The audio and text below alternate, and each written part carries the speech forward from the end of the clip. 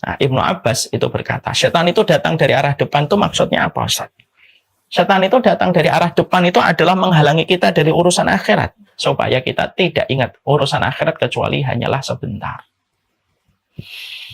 Ya kan? Makanya kalau ada yang bertanya, kenapa ya saya mengingat mati cuma bertahan beberapa waktu, setelah itu menguap kembali? Karena setan datang dari arah depan, supaya kemudian kita tidak ingat urusan akhirat kecuali sebentar. Jadi urusan akhirat itu tidak mendapatkan prioritas.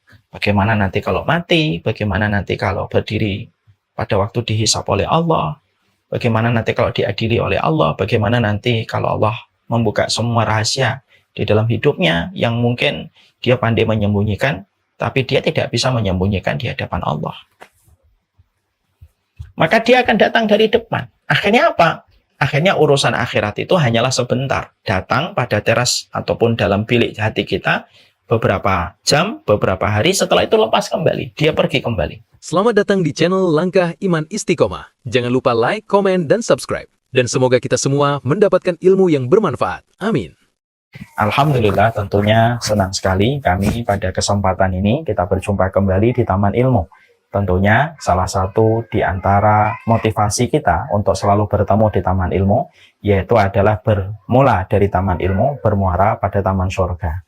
Karena perjalanan kita ke surga dimulai anak tangga yang pertama adalah ilmu. Maka tidak ada tempat kita bersyukur kalau kita sudah termasuk di antara manusia yang sudah diberikan kecintaan kepada ilmu. Semoga dari kecintaan kita kepada ilmu akan berbuah manis dengan amal yang kita lakukan, berbuah manis dengan kesabaran di dalam kehidupan kita, dan berbuah manis dengan dakwah yang terus kita share dan terus kita sebarkan kepada orang lain. Saya menyampaikan ya kepada seluruh penuntut ilmu, jangan malu untuk men-share link kajian. Walaupun memang diri kita terkadang memang belum sempurna, karena memang manusia tidak pernah sempurna. Jangan pernah kita malu untuk menyampaikan ilmu, walaupun yang menyampaikan bukan kita. Karena sesungguhnya salah satu tahapan ilmu adalah mendakwahkan, menyebarkannya kepada saudara-saudara kita yang belum paham. Mari kita renungkan apa yang disampaikan oleh Rasulullah SAW pada waktu peristiwa khutbah wada.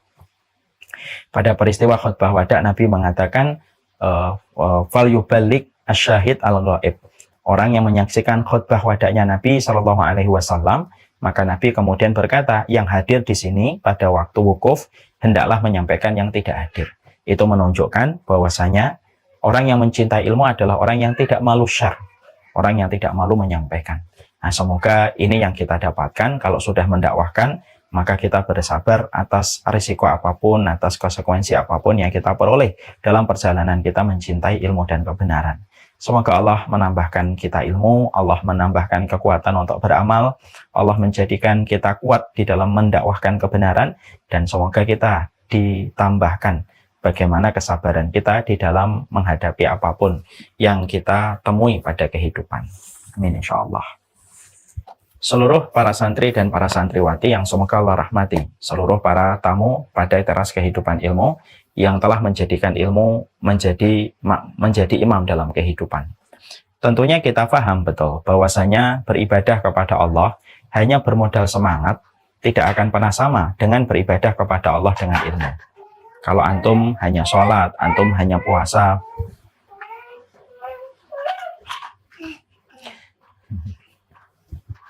antum hanya melaksanakan puasa, antum hanya melaksanakan sholat sunnah, tetapi antum tidak memiliki ilmu yang antum tambahkan pada kehidupan antum, tentunya tidak akan pernah sama.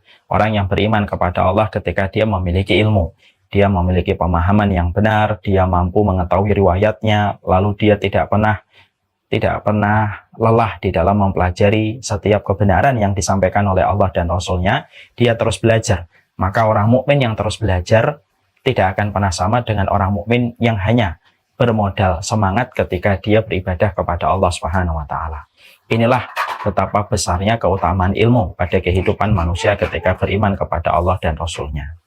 Di sisi yang lainnya, enggak apa-apa Mas, biar di situ aja. Enggak apa-apa. Di sisi yang lainnya tentunya kita paham betul. Kita sering sekali mendapati dan kita sering sekali menjumpai betapa orang-orang yang beribadah puluhan tahun tetapi di akhir kehidupan mereka bisa menjadi murtad. Sebagaimana kisah yang sangat terkenal yang sudah sering saya sampaikan, sudah sering saya jelaskan, bahwasanya ada ahli ibadah dari kaum Yahudi, Bani Israel, ketika dia beribadah puluhan tahun tetapi ujungnya akhirnya murtad. Para ulama kemudian mengomentari kisah ini. Kenapa ahli ibadah selama puluhan tahun tetapi ujungnya dalam kehidupan justru dia menjadi murtad dari agama Allah? Karena pada dasarnya dia beribadah tanpa didasarkan kepada ilmu. Ketika dia tidak didasarkan kepada ilmu, maka inilah yang menjadikan akhirnya dia mudah terperangkap kepada jebakan-jebakan yang dibuat oleh setan ketika tidak memiliki ilmu. Inilah bahayanya kalau kita tidak mempelajari ilmu. Makanya betul kalau kita menjumpai para ulama sering berkata, sibukkanlah kita dengan ilmu. Sibukkanlah kita dengan ilmu. Karena dengan ilmu kita akan tahu bagaimana jebakan dan perangkap-perangkap yang dibuat oleh setan ketika kita melandasi kehidupan kita dengan ilmu. Makanya saya wanti-wanti ya kepada semuanya, kepada orang-orang yang hari ini bersemangat di dalam hijrah, mengikuti komunitas apapun, maka antum tidak boleh pencapaian antum puncaknya hanya di dalam semangat ketika antum bergabung pada satu komunitas. Tapi bergabungnya kita pada satu komunitas hanyalah anak tangga yang pertama. Anak tangga yang berikutnya itu ya harus kita betul-betul belajar. Menambah bagaimana hafalan kita, menambah riwayat kita, membedah satu masalah dengan detail, membedah masalah dengan betul-betul terstruktur. Karena itu keberkahan dari sebuah semangat hijrah. Kita kadang-kadang menjumpai ada orang-orang yang semangat di dalam hijrah, tapi belum tentu dia bersemangat di dalam bertolabul ilmi. Ini akan menjadi masalah ini.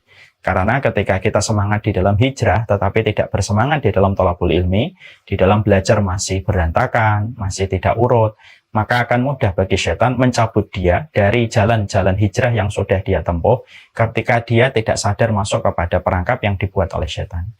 Karena perangkap-perangkap itu tidak akan bisa tidak bisa mudah dimengerti atau tidak mudah untuk diselamatkan diri kita dari perangkap yang dibuat oleh setan, kecuali adalah ketika kita mendapatkan ilmu.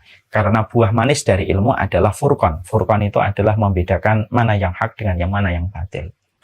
Nah, inilah yang menjadikan kita akhirnya paham betapa pentingnya ilmu dalam perjalanan kehidupan kita, karena di dalam beragama bukan hanya semangat di dalam kita melakukan perjalanan hijrah, tetapi semangat kita dalam perjalanan hijrah harus disertai dengan komitmen kuat kita untuk belajar. Karena apa? Kalau kamu lebih tahu ilmu, kamu lebih banyak hafal ayatnya, kamu lebih banyak menghafalkan riwayatnya juga dan mengamalkan, akan berbeda jauh derajatnya dengan mereka yang tidak pernah memberikan komitmen untuk melakukan itu semua dalam perjalanan hijrah mereka. Setelah kita paham betapa pentingnya ilmu, karena ilmu akan berbuah manis dengan furqan. Furqan itu membedakan antara yang benar dengan yang salah. Maka salah satu ilmu yang penting adalah kita harus mengetahui strategi yang dilakukan oleh setan. Kalau kita tidak betul-betul belajar tentang ilmu yang syar'i, maka sesungguhnya ketika kita tidak mempelajari bagaimana ilmunya setan ketika mereka menjebak manusia, menjerumuskan manusia kepada kerusakan, maka sangat besar kemungkinan kita akan tertipu oleh jebakan-jebakan setan. Analoginya sederhana. Kalau kemudian kita tidak paham ilmu tentang mobil, maka dikhawatirkan ketika kita tidak paham ilmu tentang mobil, maka kita ingin berdagang mobil, tetapi kita tidak paham tentang ilmu pada mobil, maka kemungkinan mungkin 1 kali 2 kali kita berjualan mobil langsung buntung. Kita rugi karena kita membeli satu mobil yang kita kira mobilnya bagus, tetapi ternyata setelah kita beli ternyata mobilnya rusak parah. Lalu ketika kita jual sudah ambruk dan sudah rusak harganya. Maka inilah yang menjadikan kita, kenapa kita membahas menang melawan setan. Karena pembahasan kitab ini sangat penting sekali. Terutama ketika kita hidup pada zaman fitnah, di mana setan berkolaborasi antara kalangan jin dan kalangan manusia untuk terus bagaimana memperdaya manusia, bagaimana membuat jebakan manusia supaya mereka tidak berjalan di atas siratal mustaqim. Di mana inilah yang menjadi tuntutan untuk kita. Berarti kita harus belajar bagaimana strategi setan supaya kehidupan kita bukan hanya diisi dengan ibadah mahdhah, tapi kita juga sensitif terhadap apa yang sedang dilakukan setan dari kalangan manusia dan kalangan jin ketika menjebak kita dan menjerumuskan kita kepada kerusakan. Ini yang kemudian menjadi salah satu alasan kenapa kita mempelajari buku Menang Melawan Setan. Pada pertemuan yang lalu kita sudah membahas bagaimana setan itu selalu mencitrakan buruk kepada satu kebenaran. Jadi setan itu bukan hanya menggoda manusia untuk berzina, tetapi setan itu memberikan label-label yang buruk kepada jalan kebenaran. Dengan berbagai macam label yang tidak enak didengar, tidak enak dipandang, dan tentunya membuat bergidik takut bagi orang yang belum memahami kebenaran itu sendiri. Makanya sampai kita menjumpai dan kita mendapati di dalam Al-Quran disampaikan bagaimana setan itu dari kalangan jin dan kalangan manusia, mereka sangat membenci para nabi. Dan mereka melemparkan status, mereka melemparkan label-label yang buruk kepada para nabi. Dengan gelar-gelar yang begitu sangat dibenci oleh kebanyakan orang. Allah mengabadikan setiap label-label yang diberikan kaum kepada para nabi, supaya kita juga tidak kaget kalau kita berjalan di dalam keimanan hari ini, lalu kita mungkin menjadi orang yang taat, kemungkinan kita juga akan mendapatkan label-label yang buruk, sebagaimana para nabi mendapatkan label yang buruk di dalam perjalanan keimanan mereka ketika mereka berdakwah. Kita menjumpai di dalam surat Al-A'raf, kita mendapati bagaimana kaum Ad itu berkata kepada Nabi Hud, "Inna lanaraka fi safahatin wa inna lanadhunnuka minal kadhibin." Sesungguhnya kami itu memandang kalian, artinya Nabi Hud dan para pengikutnya, fi safahatin.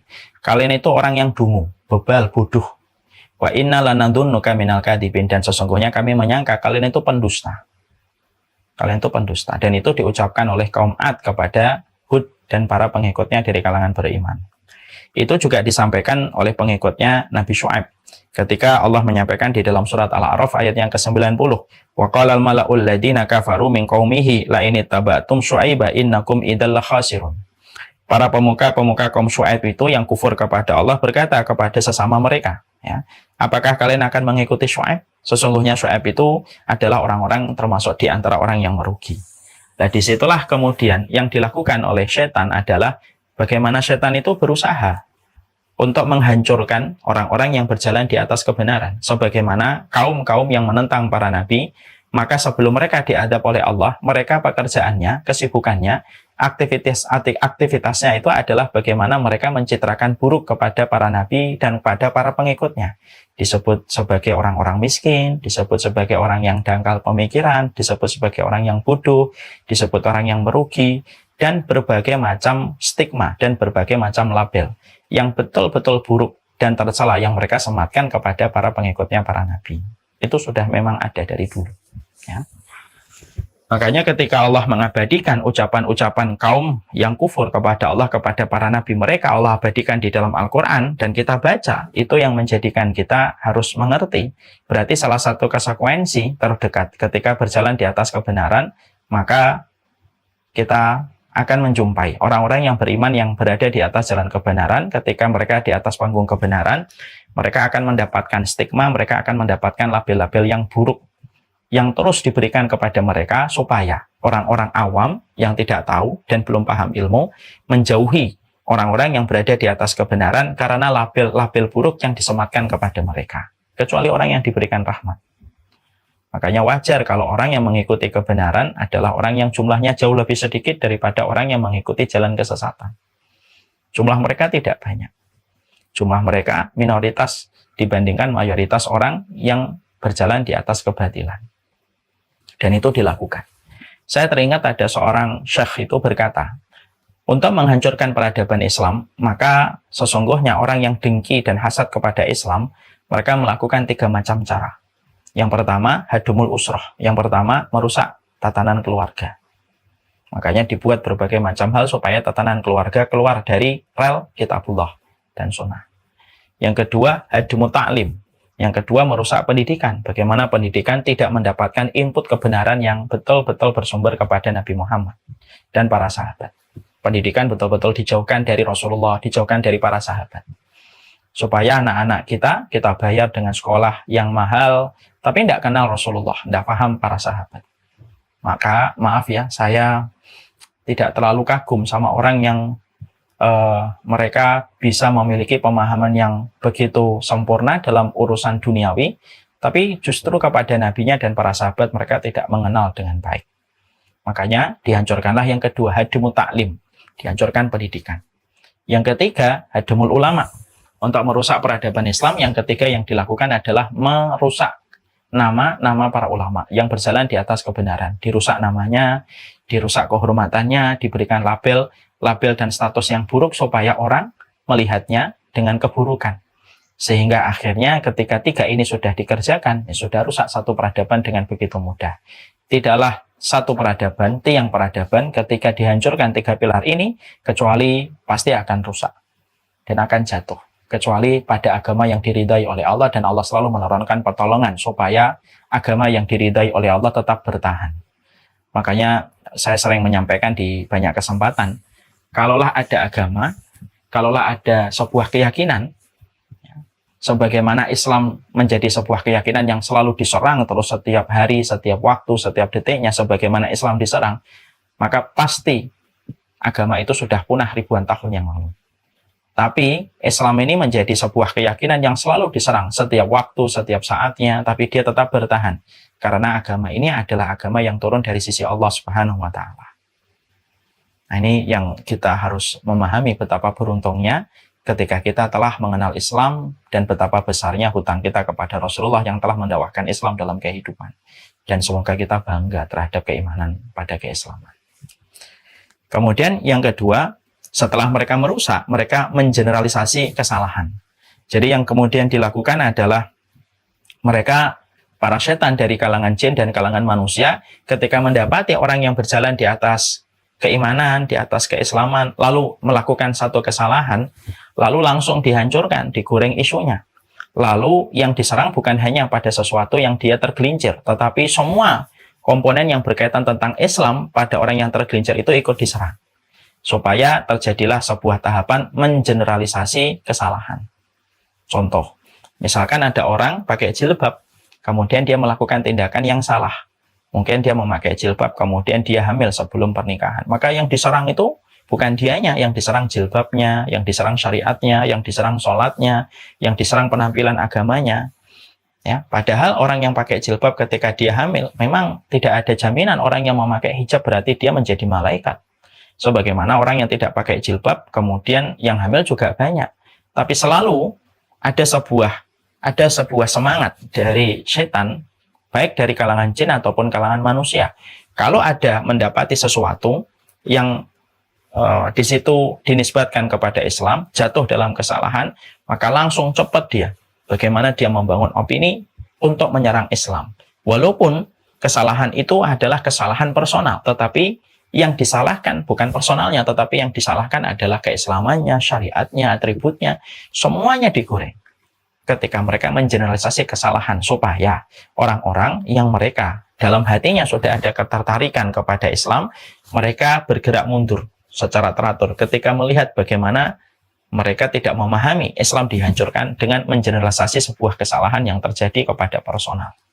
Nah, tentunya kita paham ya, di dalam kita beriman kepada Allah Subhanahu wa Ta'ala, kita harus paham, melihat Muslim itu tidak sempurna. Jangan melihat Islam dari kaum muslimin, tapi lihatlah Islam dari Kitabullah dan Sunnah. Kalau kita melihat Islam dari kaum muslimin, mungkin kita akan menemukan berbagai macam kesalahan, yang bisa jadi itu adalah kekecewaan. Karena memang personal itu tidak pernah lepas dari kesalahan. Tetapi agamanya, syariatnya, hukumnya itu tidak pernah salah. Makanya lihatlah Islam kepada sumbernya, kepada syariatnya, kepada tuntunannya, dan kepada tatanannya. Supaya kita tidak menjadi orang yang mudah kecewa, lalu mundur secara teratur ketika kita, tanpa kita sadari, kita ikut tergoreng dengan satu isu. Menghancurkan Islam dengan satu kasus yang terjadi. Dan akhirnya kita ikut-ikutan untuk menghujat.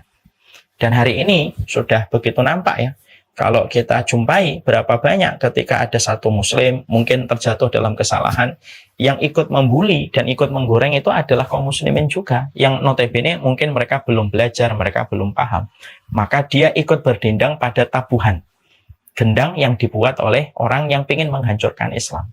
Banyak kaum muslimin ketika mereka tidak paham tentang syariatnya, tidak paham tentang agamanya, mereka adalah orang yang suka sekali ikut berjoget pada tabuhan gendang yang dibuat sama orang yang dengki kepada Islam. Makanya itulah yang menjadikan kita paham. Orang yang diberikan furqan pada zaman fitnah adalah orang yang paling beruntung dalam keimanan. Ya. Yang ketiga, yaitu adalah bagaimana mereka membuat strategi perbandingan. Setan kemudian ketika mendapati bagaimana kebenaran sudah dicitrakan buruk. Kalau ada personal melakukan kesalahan, maka digeneralisasi kesalahan itu.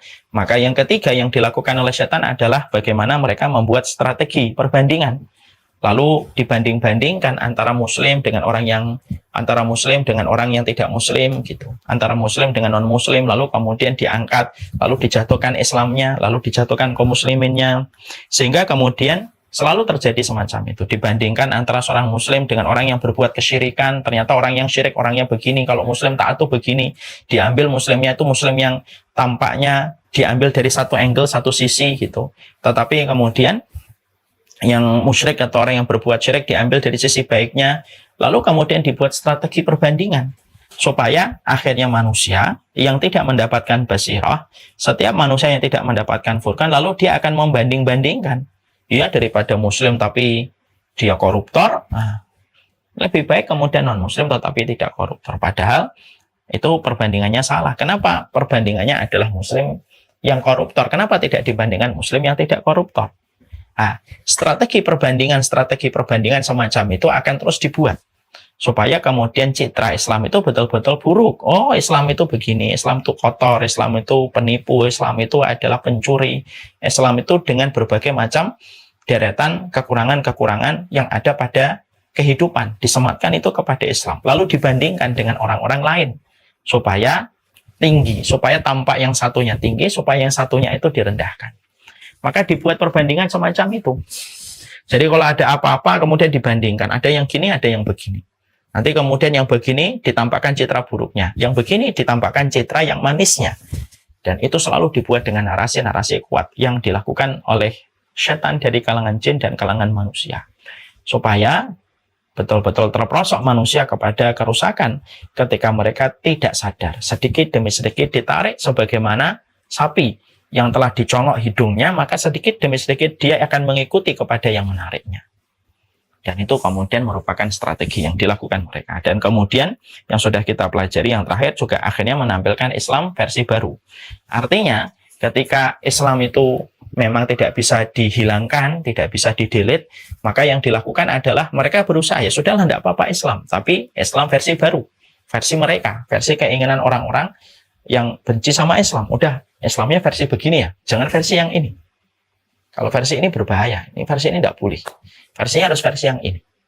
Lalu kemudian dilakukanlah berbagai macam hal supaya membuat dan supaya menjadikan versi Islam yang mereka inginkan bisa diterima oleh masyarakat.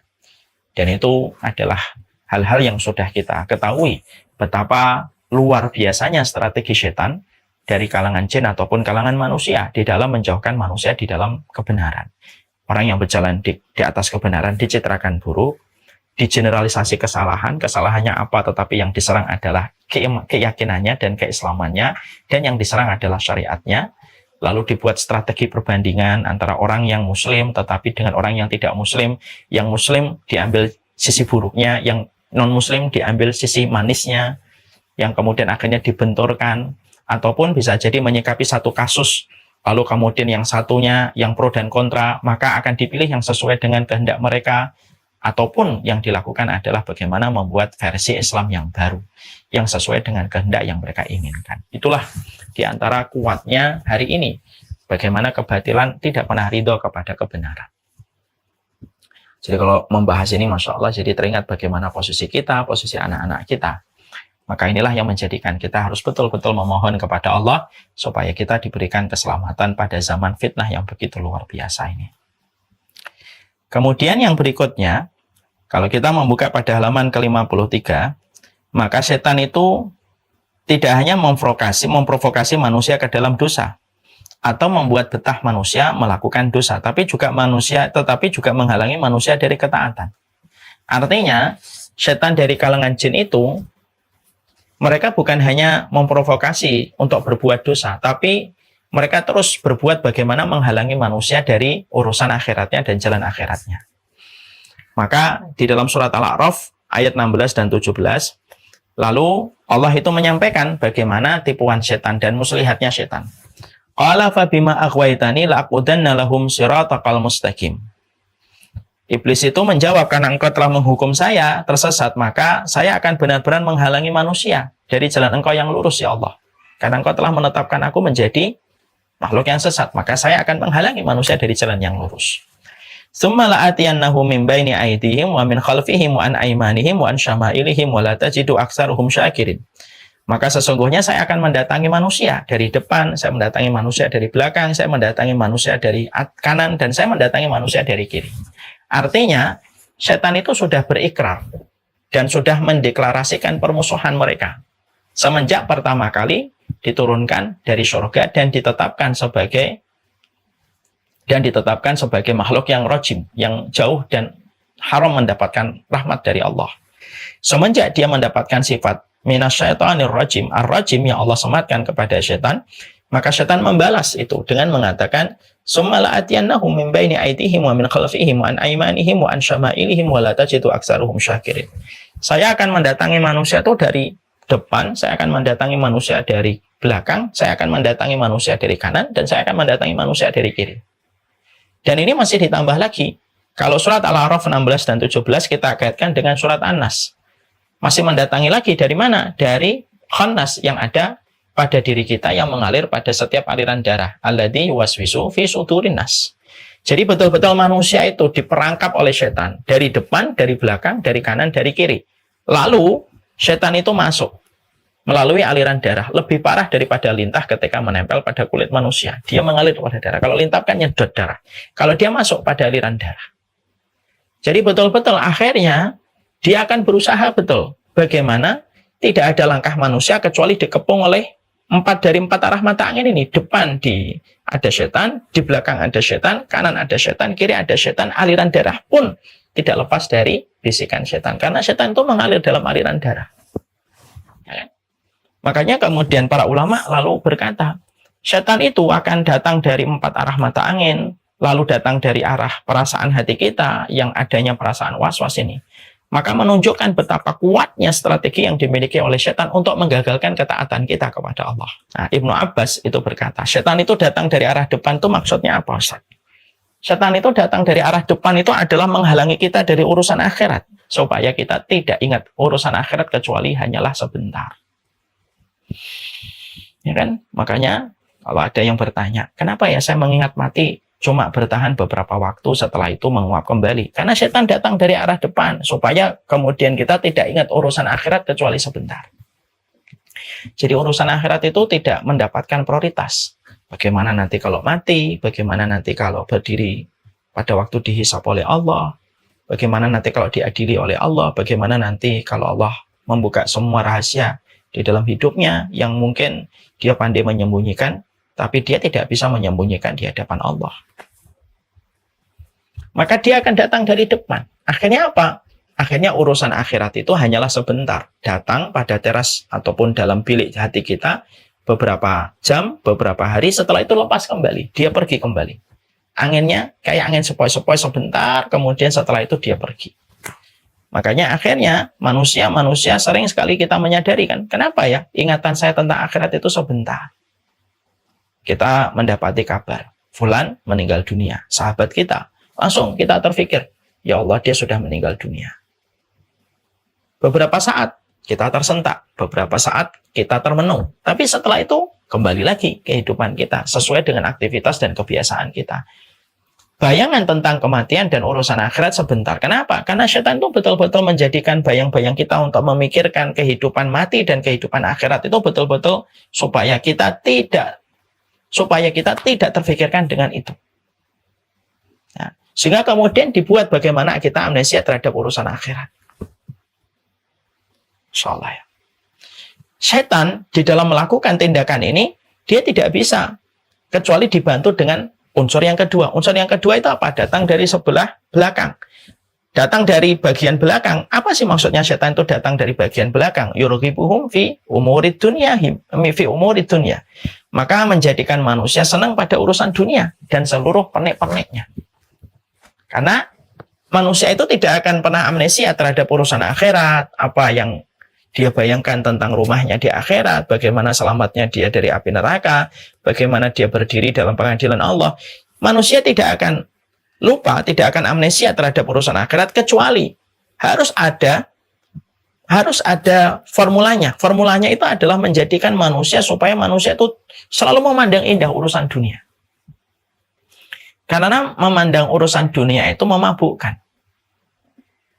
Sehingga akhirnya dibuat bagaimana dunia itu membuat manja setiap pandangan mata manusia. Bagaimana setiap teknologi, setiap wahana hiburan tidak ada habisnya. Setiap inovasi terus ada. Dan itu kita jumpai dalam waktu yang begitu cepat. Inovasi-inovasi itu begitu cepat. Wahana hiburan dengan berbagai macam hal itu disajikan begitu cepat. Supaya manusia, mereka itu selalu melihat ke belakang, melihat urusan dunianya, melihat apa yang dia pandang, tetapi lupa pada tujuan yang akan dia tuju menuju kepada urusan akhiratnya. Makanya Masya Allah kan. Makanya kalau kita ngelihat dunia itu tampaknya indah terus. Padahal kita paham ya, seindah-indahnya dunia tidak akan pernah sebanding dengan urusan akhirat pada surga yang sudah diciptakan oleh Allah bagi hambanya yang salih. Tapi pandangan mata kita itu dibuat untuk terus mengingat dunia terus. Dibuat indah pada sesuatu yang berkilau dari emas. Dibuat indah pada satu gadget yang kita lihat. Dibuat indah ketika melihat ini, ketika melihat itu terus. Tanpa ada jemu dan tidak ada berhentinya. Dan begitulah dunia memperlakukan manusia. Karena dunia ini memperlakukan manusia supaya dia lupa pada urusan akhiratnya. Karena dunia sudah menaikkan kontrak dengan setan bagaimana membuat manusia amnesia terhadap urusan akhiratnya. Itulah dunia. Memang dia berkolaborasi dengan setan. Makanya saya merenung ya ketika pernah membaca sebuah riwayat pada satu kejadian yang terjadi kepada Nabi Isa sebelum Rasulullah pada satu riwayat yang sahih. Nabi Isa itu pernah jalan. Nabi Isa pernah berjalan bersama seseorang. Nabi Isa membawa roti, orang itu juga membawa roti. Ketika istirahat sebentar, Nabi Isa meninggalkan rotinya. Balik dia ke tempat istirahat, tidak lagi menjumpai rotinya. Padahal rotinya dicuri dan diambil sama teman seperjalanan. Nabi Isa nanya, siapa yang makan roti saya? Orang itu mengatakan, saya tidak ngerti. Jalan, kemudian mereka berdua. Nabi Isa kembali mengulang pertanyaan, siapa yang makan roti saya? Saya tidak tahu. Sampai singkat cerita, Nabi Isa melihat satu buah-buahan, lalu dengan mukjizat yang Allah berikan kepada Nabi Isa mampu menjadikan buah itu menjadi emas. Lalu kemudian Nabi Isa bertanya kesekian kalinya, siapa yang tahu kemana roti saya akan berikan emas. Lalu orang itu cepat-cepat menjawab, saya tahu rotimu, saya ngambil, saya yang makan. Maka Nabi Isa menepati janjinya. Ya sudah, emas itu diberikan kepada teman seperjalanan Nabi Isa. Karena temannya sudah berkhianat, Nabi Isa meninggalkan. Jalan Nabi Isa meninggalkan orang itu. Orang itu begitu gembira, takjub ketika dia mendapati emas. Baru dia mendapati emas itu, dia berjalan, tiba-tiba tidak jauh dari tempat dia, ada 3 pencuri. Yang begitu kaget menjumpai ada orang, seorang diri, di tempat yang sepi membawa emas. Maka 3 orang ini langsung, mereka bersekongkol, kita bunuh saja. Ada emas banyak yang dia bawa, dibunuh seketika. Matilah orang itu. Yang tersisa adalah 3 pencuri. Maka 3 pencuri ini kemudian mereka senang mendapatkan emas, tetapi perut mereka keroncongan. Sebelum mereka membawa emas ke rumah mereka masing-masing, mereka sepakat, yuk kita makan dulu, yuk, ayo kita makan dulu. Maka 2 orang membeli makanan, 1 orang menjaga emasnya. Mereka kemudian membeli makanan. 2 orang ini membeli makanan. 2 orang ini ketika membeli makanan bersekongkol. 2 orang ini bersekongkol. Kalau kita bagi emasnya jadi 3, tentunya pembagian kita lebih sedikit. Gimana kalau kita bagi 2 saja? Oke, gimana caranya? Teman kita yang nunggu emas gimana? Sudah kita kasih racun aja makanan yang kita akan berikan kepada dia. Akhirnya mereka berdua membeli makanan dikasih racun. Ternyata yang menjaga emas pun berpikir yang sama. Ini kalau saya bagi bertiga, nanti tentunya jatah saya sedikit. Ya sudahlah, saya akan bunuh 2 teman saya sekaligus. Sudah kepalang tanggung, saya sudah bunuh orang, ya 2 aja sekalian bunuh. Supaya saya mendapatkan emas yang lebih banyak. Masya Allah ya. Emas. Rusak betul kehidupan iman. Lalu kemudian 2 orang ini datang tanpa mereka menyadari. Teman mereka yang menjaga emas sudah mempersiapkan senjata, dan mempersiapkan penyerangan tiba-tiba untuk menyerang dan membunuh kedua orang ini. Betul, datanglah mereka tanpa menyadari temannya mereka yang menjaga emas sudah mempersiapkan penyerangan. Akhirnya dua orang itu dibunuh seketika dan dua-duanya mati. Maka senanglah pencuri yang satu ini ketika akhirnya tinggal seorang diri, yaitu adalah dirinya. Sudah ada mati dua pencuri plus pemilik emas yang pertama, teman seperjalanan Nabi Isa yang berkhianat.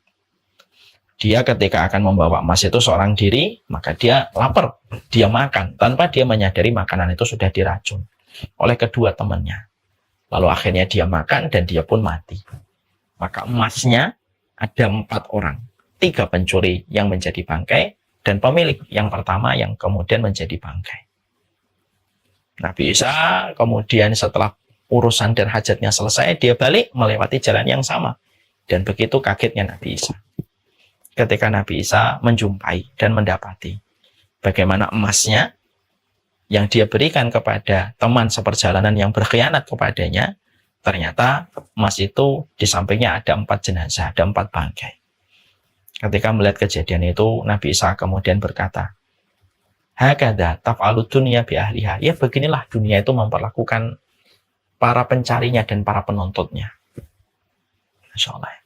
Ujungnya gini, permusuhan aja. Makanya kemudian setan datang dari belakang itu apa? Dibuat gemerlap kehidupan dunia, tidak ada habisnya. Makanya sampai kita akhirnya mulai paham ya, apa yang disampaikan oleh para ulama. Jangan banyak memandang. Saya dulu menganggap bahwasanya jangan banyak memandang itu maksudnya adalah jangan memandang lawan jenis yang bukan mahram. Tapi ternyata jangan banyak memandang itu tidak sesempit itu maknanya. Memang betul, jangan banyak memandang lawan jenis yang bukan mahram. Tapi maknanya bukan hanya di situ. Jangan banyak memandang segala sesuatu pada kehidupan di dunia. Karena dengan memandang, kita berkeinginan. Dan ketika berkeinginan, kalau kita punya iman, iman akan memberikan rahmat pada keinginan supaya tidak membabi buta. Tapi kalau tidak memiliki iman, keinginan itu akan menumpulkan keimanan. Dan akhirnya keinginan itu menuntun manusia menuju kepada kerusakan hanya untuk terus ingin mendapatkan keinginan pada kehidupannya. Dan itu bermula dari banyak memandang. Jangan banyak memandang. Makanya tipsnya setan secara spesifik dari belakang itu apa? Membuat kita itu terus senang dengan penak-peniknya dunia itu tidak ada habisnya. Kita tidak akan ada habisnya. Datang dari arah kanan, yaitu adalah setan itu akan membuat kita supaya menyukai perkara-perkara yang syubhat, yang samar-samar. Perkara yang tidak jelas. Supaya akhirnya kita disibukkan dalam perkara-perkara yang sebenarnya tidak ada landasannya dan tidak ada referensinya pada agama. Dan kemudian mendatangi kita dari arah kiri, menggoda kita dengan dosa-dosa besar dan dosa-dosa kecil. Dan setan itu selalu muter-muter di situ. Dan setan itu selalu membuat pikiran-pikiran itu muncul untuk melakukan sesuatu. Dan setan itu selalu membuat pikiran-pikiran itu muncul supaya menggagalkan sesuatu. Sebagaimana dari 4 arah mata angin ini masih ditambah setan yang berjalan di atas aliran darah. Ini pun berkolaborasi dengan setan yang mendatangi manusia dari 4 arah mata angin. Maka terciptalah sebuah pemikiran, sebuah bayangan begini, sebuah keinginan begini, sebuah narasi begini. Itu semuanya akhirnya apa? Yaitu supaya menggagalkan manusia di dalam ketaatan. Dengan berbagai macam hal. Ya. Dengan berbagai macam perkara yang mereka lakukan. Makanya di dalam sebuah hadis riwayat An-Nasai, di dalam sebuah hadis Rasulullah, sesungguhnya setan itu duduk menghalangi jalan anak Adam. Ketika anak Adam itu pengen masuk Islam, maka setan itu akan berkata, membuat pikiran dia itu akhirnya kemudian mendapatkan bisikan dari setan. Setan mengatakan, apakah kau akan masuk Islam? Lalu kamu tinggalkan agama bapakmu dan nenek moyangmu? Maka ketika orang itu tidak menggubrisnya kemudian masuk Islam, setan tidak berhenti. Kemudian ketika orang itu akan hijrah pada waktu peristiwa sahabat Nabi ketika masuk Islam, kemudian mereka hijrah, setan mendatangi lagi. Kemudian setan akan berkata kepadanya, apakah kamu akan meninggalkan tanah, air, langit yang menaungimu? Padahal orang yang hijrah itu seperti kendaraan yang diulur tali kekangnya. Artinya tidak menentu kalau kamu hijrah itu. Benar kamu akan hijrah, meninggalkan tanah airmu, tempat kelahiranmu. Kata Rasulullah, kalau dia tidak menggurubisnya, dia tetap berjalan. Setan kemudian akhirnya menggoda lagi ketika dia melakukan yang berikutnya amal. Ketika dia akan berjihad, maka kemudian setan mendatangi lagi. Betul kamu akan berjihad, mengorbankan hartamu, nyawamu, anak-anakmu. Lalu kemudian kamu terbunuh, istrimu akan menjadi janda, dinikahi orang lain, hartamu akan dibagi-bagi. maka sesungguhnya kalau dia tidak menggubrisnya bisikan setan itu dan dia tetap maju, maka siapapun yang terus maju menuju kepada Allah dan tidak menggubris bisikan-bisikan setan, maka sudah menjadi kewajiban bagi Allah untuk memasukkan hamba itu ke dalam surga. Jadi pikiran itu selalu dibuat oleh setan.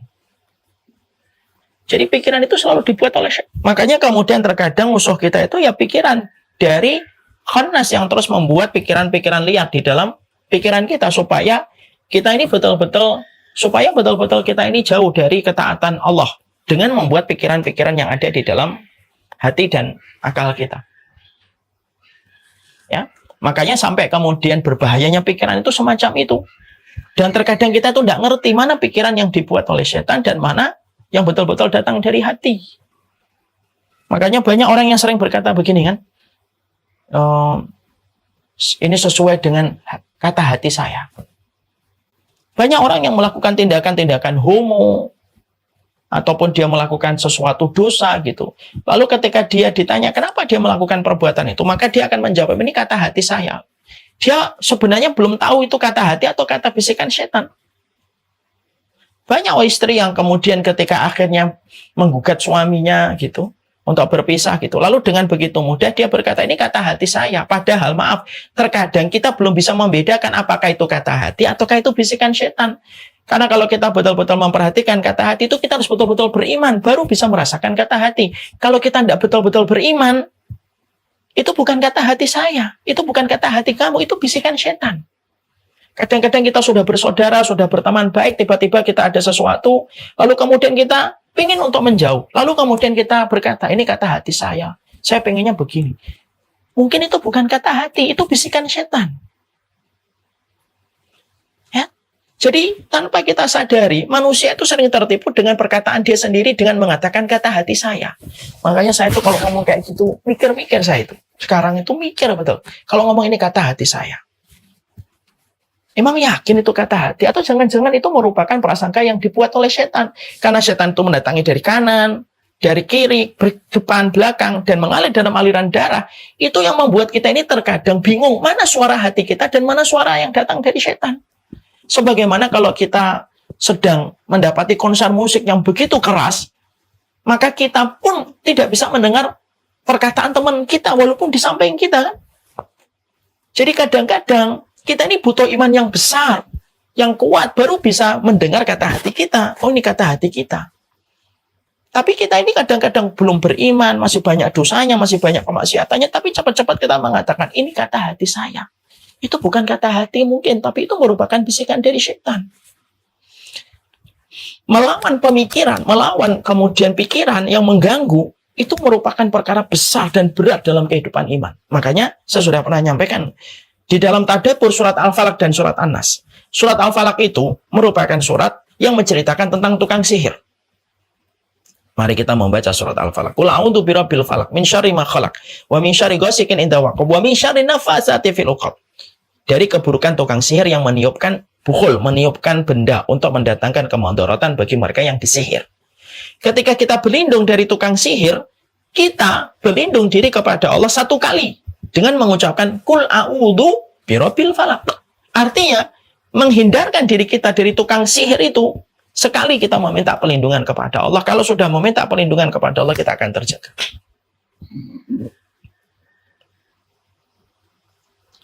Beda dengan kita membaca surat An-Nas. Qul a'udzu birabbin nas, malikin nas, ilahin nas, min syarril waswasil khannas. Tapi ketika kita berlindung diri dari keburukan khannas yang mengganggu pikiran kita, merusak pikiran kita, kita berlindung kepada Allah itu diajari oleh Allah 3 kali. Qul a'udzu birabbin nas, malikin nas, ilahin nas. Baru min syarril waswasil khannas. Berlindungnya sampai 3 kali. Kenapa? Melawan bisikan setan yang ada di pikiran itu jauh lebih berat daripada melawan kebusukan tukang sihir. Dan itu pemikiran. Jadi setan itu kalau menggagalkan kita itu dengan pemikiran. Berapa banyak suami istri ketika bertengkar mereka enggan untuk meminta maaf? Ya disebabkan karena pemikiran yang salah. Udahlah diajak minta maaf. Dia kan yang salah. Padahal dia paham bagi seorang wanita kalau dia lebih dulu meminta maaf, dia akan dijanjikan surga. Sebagaimana ketika ada laki-laki ketika dia meminta maaf duluan, Maka dia sebaik-baik laki-laki yang dikatakan oleh Nabi khairukum li ahli, sebaik-baik dari kalian yang paling baik sama keluarganya. Tapi berapa banyak orang yang sudah mengetahui dalil, tapi kita menahan diri kita dari apa yang harusnya kita perbuat. Itu timbulnya dari pemikiran yang tanpa kita sadari itu bukan bisikan hati, tapi itu merupakan bisikan setan. Setan itu kan selalu begitu. Orang yang sampai kemudian bersentuhan dengan barang haram, narkoba misalkan, narkotika, itu biasanya muncul dari pikiran dulu. Cicipin dulu deh, mungkin enak. Nanti cicip sebentar, insya Allah kita bisa jagain kok. Gak apa-apa, cicipin dulu. Kamu kan insya Allah bisa jaga nanti supaya nggak jadi candu, supaya nggak perlu sakau. Icip dia, tapi dipenuhi dari pikiran. Ketika kemudian kita mendapati ada orang, lalu dia ingin ketika ada perzinahan gitu, ketika dia mungkin kecewa, akhirnya dia mulai selingkuh, lalu kemudian dia membina hubungan dengan laki-laki ataupun dengan perempuan, itu dari pikiran. Tidak apa-apa, ini caranya untuk kemudian mendapatkan kenyamanan. Terus semuanya itu dari pikiran. Makanya kemudian akhirnya itulah yang dilakukan setan, dan itu yang disampaikan oleh Nabi dalam riwayat An-Nasai. Jadi setan itu menghalangi manusia itu dengan pikiran. Sebagaimana kalau kita mau sedekah, setan itu menghalangi kita dengan pikiran. Asyaitonu yaitu kumul faqra. Setan menakut-nakuti kamu jadi miskin. Nanti kalau kamu sedekah segini, nanti kurang duitmu, habis duitmu. Pikiran itu. Dan itu terus berjalan terus dalam kehidupan kita sehari-hari. Dalam setiap permusuhan, dalam setiap pertikaian, dalam setiap dosa yang dilakukan manusia, selalu bermula dari pikiran. Dan itulah yang dimaksudkan oleh Allah di dalam surat An-Nas ayat yang keempat. Min syarril waswasil khannas. Sebagaimana kita membaca dalam riwayat An-Nasai. Kalau ada masuk Islam, benar kamu yakin masuk Islam, meninggalkan agamamu, pikiran dulu dibuat. Lalu kalau dia dilawan pikiran itu, dia kemudian akhirnya tetap berjalan, maka orang yang terus berjalan melawan pikiran-pikiran yang ada di pikirannya untuk tetap taat kepada Allah, maka kewajiban bagi Allah untuk memasukkan dia ke dalam surga. Perempuan sama, kalau perempuan itu melawan pikirannya, perasaannya terus, karena dia ingat Allah, maka wajib bagi Allah memasukkan perempuan itu ke dalam surga. Seorang laki-laki yang melawan pikirannya ketika dia mulai berpikir begini tentang istrinya dan keluarganya, dia terus melawan pikiran itu karena Allah, maka kewajiban bagi Allah memasukkan dia ke surga. Kalau kemudian kita mampu mengalahkan pikiran-pikiran jahat. Pikiran-pikiran yang kita ada di dalam pikiran kita, tanpa kita sadari itu merupakan bisikan setan. Dan kita karena nggak ngerti, kita sering merasa itu kata hati saya. Bukan kata hati kamu, itu setan. Kenapa kamu kok kemudian bermusuhan sama dia? Kenapa sih? Ya kata hati saya. Bukan kata hati kamu. Itu bisikan setan. Mana ada orang bermusuhan itu kata hati? Karena iman itu selalu mendekatkan, bukan menjauhkan. Iman itu selalu mendekatkan, tidak menjauhkan. Iman itu selalu memaklumi kekurangan. Tetapi kemudian memaklumi kekurangan. Dan kemudian dia memberikan utur yang banyak. Ada seorang suami istri kemudian bertengkar hebat, kemudian itu pasti karena setan pikiran. Ini istri saya begini, ini suami saya begini. Itu pikiran. Dan setan merusak itu dari pikiran. Gimana? Masya Allah ya. Depan, belakang, kanan, kiri. Semuanya ketemu. Pikiran juga kemudian ngalir, mengobrak-ngabrik pikiran kita. Kita lagi ngaji, tiba-tiba mikir macam-macam pada gurunya. Seorang guru ketika berdakwah mikir macam-macam terhadap jamaah dan muridnya. Itu semuanya dari setan. Yang merusak kualitas keimanan kita dan ketaatan kita. Makanya siapapun yang mereka menepis setiap bisikan-bisikan itu, dia tepis setiap bisikan-bisikan itu. Siapapun yang menepis setiap bisikan-bisikan itu dan tetap mengikuti syariat, dan dia tidak membenarkan perasaannya, tidak membenarkan logikanya, tetapi dia mengikuti syariat, bagaimana dia bersikap sesuai dengan posisinya, maka kata Rasulullah SAW, maka wajib bagi Allah untuk memasukkan dia ke dalam surga. Kalau dia selalu menepis bisikan-bisikan syaitan. Yang paling susah itu melawan bisikan yang ada di pikiran dan hati kita. Di mana itu dipenuhi dengan bisikan setan. Setiap hari setan itu membuat ribuan berita untuk masuk dalam pikiran kita. Itu sudah diproduksi oleh mereka, setan itu setiap waktunya itu. Jadi setiap manusia bangun sudah diproduksi 1000 isu yang bisa menjadikan kita mengikuti pikiran-pikiran itu. Dan naifnya kita sering berkata, ini kata hati saya. Itu bukan kata hati kita, itu merupakan bisikan syaitan. Ini yang kemudian kadang-kadang kita itu terlalu naif. Sudah ilmunya pas-pasan, imannya juga baru tumbuh, Tapi sudah selalu mengatakan setiap bisikan itu kata hati. Tidak bisa, itu bukan kata hati. Itu adalah bisikan yang datang dari setan. Untuk menggagalkan setiap jalan kebaikan yang kita lakukan. Ya. Makanya setan kemudian akan menggoda terus manusia. Dengan berbagai macam cara. Kalau dia menuntut ilmu akan digoda dengan pikiran-pikiran yang berkaitan tentang ilmunya, berkaitan tentang gurunya, berkaitan tentang apapun yang berkaitan itu. Kalau dia dalam dakwah nanti setan akan membuat berbagai macam isu yang berkaitan tentang jamaahnya, tentang bagaimana perjalanan dakwahnya, tentang musuh-musuh dakwahnya, terus akan membuat bagaimana manusia itu bisa jatuh dalam perangkap pemikiran-pemikiran yang mengganggu. Di mana ujung dari pemikiran itu adalah menarik manusia dari jalan ketaatan. Masya Allah ya. Nah itulah yang kita harus banyak mentadaburi. Surat Al-Falaq dan surat An-Nas. Berlindung diri dari tukang sihir, satu kali meminta perlindungan kepada Allah. Tapi ketika kita berlindung dari bisikan yang ada di dalam hati kita, itu berlindungnya sampai 3 kali. Untuk menunjukkan betapa besarnya PR kita untuk terus melawan bisikan-bisikan itu.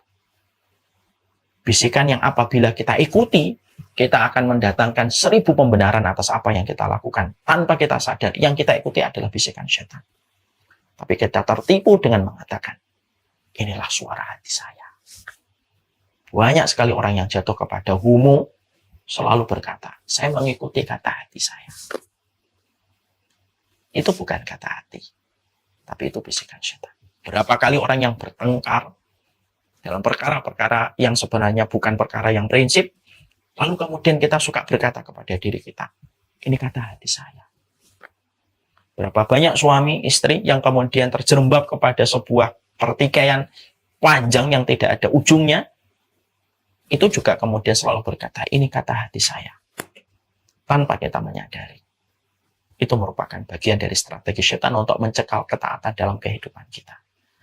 Makanya kalau kita mentadaburi dan kita mengambil sebuah perenungan, insight dari hadis riwayat An-Nasa'i, siapapun yang mampu menepis setiap pemikiran-pemikiran yang datang dari setan, maka wajib bagi Allah.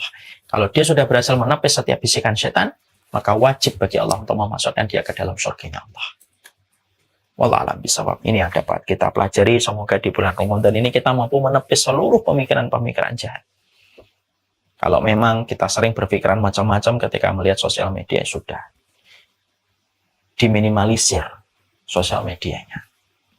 Kalau kita kemudian sudah mulai melihat begini, wah nanti kalau saya begini, jadinya begini. Tapi intinya adalah kita meninggalkan ketaatan, hati-hati itu bisikan setan. Dan setan tidak pernah mengatakan di dalam pemikiran yang masuk ke dalam pikiran kita ini, setan mengatakan ini datang dari saya setan, ya enggak. Setan akan bersembunyi di balik sebuah hal yang kita anggap itu adalah pemikiran kita. Padahal itu merupakan bagian dari narasi yang sudah dibuat setan semenjak kita bangun tidur sampai tidur kembali. Ya, kadang-kadang pernah nggak mendapati ada suami istri ya, asalnya baik-baik saja, dalam masalah sedikit saja tiba-tiba kita memandang istri kita atau istri memandang kita benci sekali, padahal hanya masalah kecil. Itulah bagaimana pintarnya setan terus bermain-main di dalam pemikiran manusia, supaya manusia mereka tanpa sadar mengikuti tahapan pemikiran yang dibuat oleh setan menjerumuskan manusia di dalam kerusakan. Semoga Allah menjaga kita dan menjaga dari semua prasangka buruk, pemikiran buruk, dan kita tidak terlalu naif untuk mengatakan bahwasanya bisikan setan itu adalah kata hati kita sebagai manusia. Inilah betapa luar biasanya kehidupan ujian yang kita harus lalui. Kita melalui ujian ketika kita melawan setan dari kalangan manusia, sebagaimana kita menghadapi ujian untuk menghadapi manusia, untuk menghadapi setan dari kalangan jin. Dan itu dua-duanya berat. Semoga Allah memberikan perlindungan kepada kita. Berlindunglah kepada Allah dari segala macam bisikan-bisikan yang merusak kualitas keimanan kita dan merusak kualitas ketaatan kita dan keimanan kita sebagai seorang hamba.